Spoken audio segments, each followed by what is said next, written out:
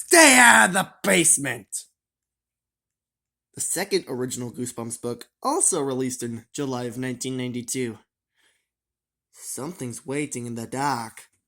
Live plants. Dead people. Dr. Brewer is doing a little plant testing in his basement. Nothing to worry about. Harmless, really.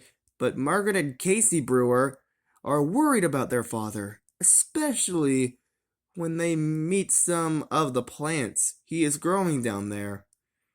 Then they notice that their father is developing plant-like tendencies. In fact, he's becoming distinctly weedy and seedy. Is it just part of their father's harmless experiment? Or has the basement turned into another little shop of horrors? Now, this is one of the two that was not drawn by Tim Jacobus. Instead, it was done by a man named Jim Thiessen, as Goosebumps was just getting started. As author R.L. Stine says, one of my favorite books from the series features cover art by Jim Thiessen, with more realistic rendering and perspectives. Thiessen's style is a bit more adult and realistic than the ultra-saturated and cartoonish scenes painted by Jacobus. It's no surprise Jim went to work for major players in the field of horror literature. Of course, this was 1992. And this was 2003 from Jacobus.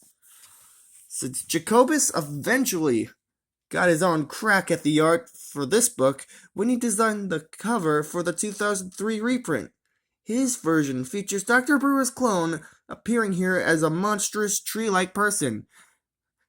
Standing in front of a lab table, he holds a beaker in one hand, and behind him are several mysterious vials, filled with colorful liquids. The effect might be less frightening than the original, but it raises a question for the reader to answer, creating a sense of excitement. Now, as we all know, this was eventually be one of the ultimate elements in the second season of the Disney Plus Goosebumps show, Goosebumps The Vanishing.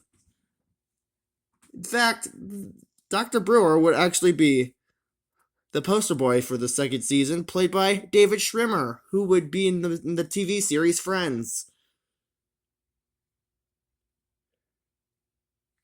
And the blurb actually references Little Shop of Horrors, as you can see right there, as I read that just a few moments ago.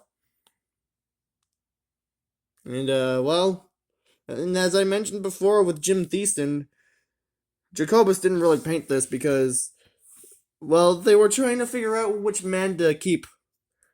And even though Thiessen's style was kept for the final print, they actually stuck with Jacobus.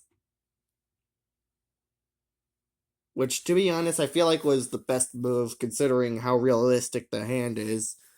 Although, to be honest, I kind of wish there was a creepy, eye there.